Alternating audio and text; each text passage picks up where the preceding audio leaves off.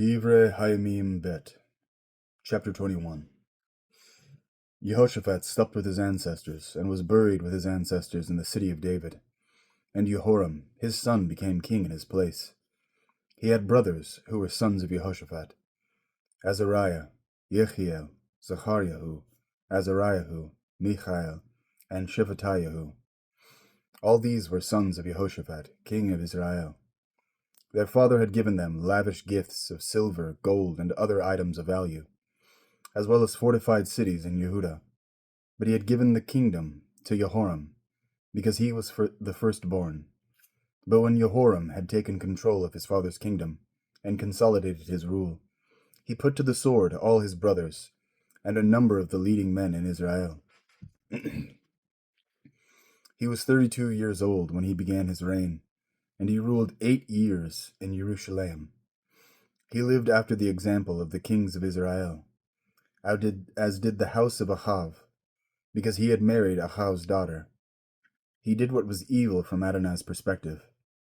However, Adonai was unwilling to destroy the house of David, because of the covenant he had made with David, inasmuch as he had promised to give him and his children a lamp that would burn forever.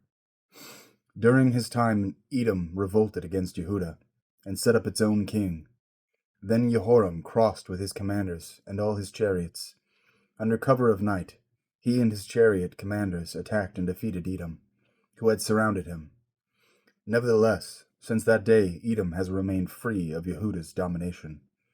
Libnah revolted against him at the same time, because he had abandoned Adonai, the God of his ancestors. Moreover, he built high places in the hills of Yehudah, caused the people living in Jerusalem to prostitute themselves, and drew Yehudah away. A letter came to him from Eliyahu the prophet, which said, "Here is what Adonai, the God of David, your ancestor, says. You have not lived by the examples of Jehoshaphat, your father, or Asa, king of Yehudah. Instead, you have lived by the example of the kings of Israel, and have caused Yehudah and the people living in Jerusalem to prostitute themselves, just as the house of Ahab caused Israel to prostitute themselves. Moreover, you killed your brothers from your father's house, men better than you.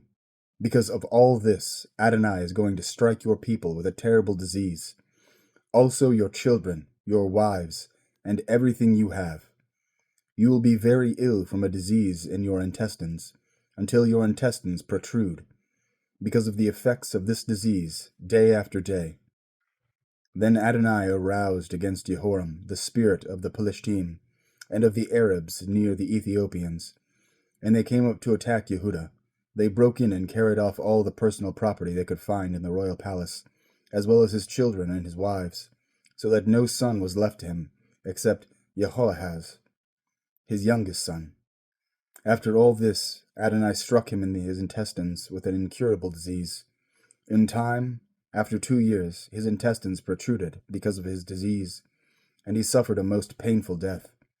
His people kindled no fire for him, as had been done for his ancestors. He was 32 years old when he began his reign.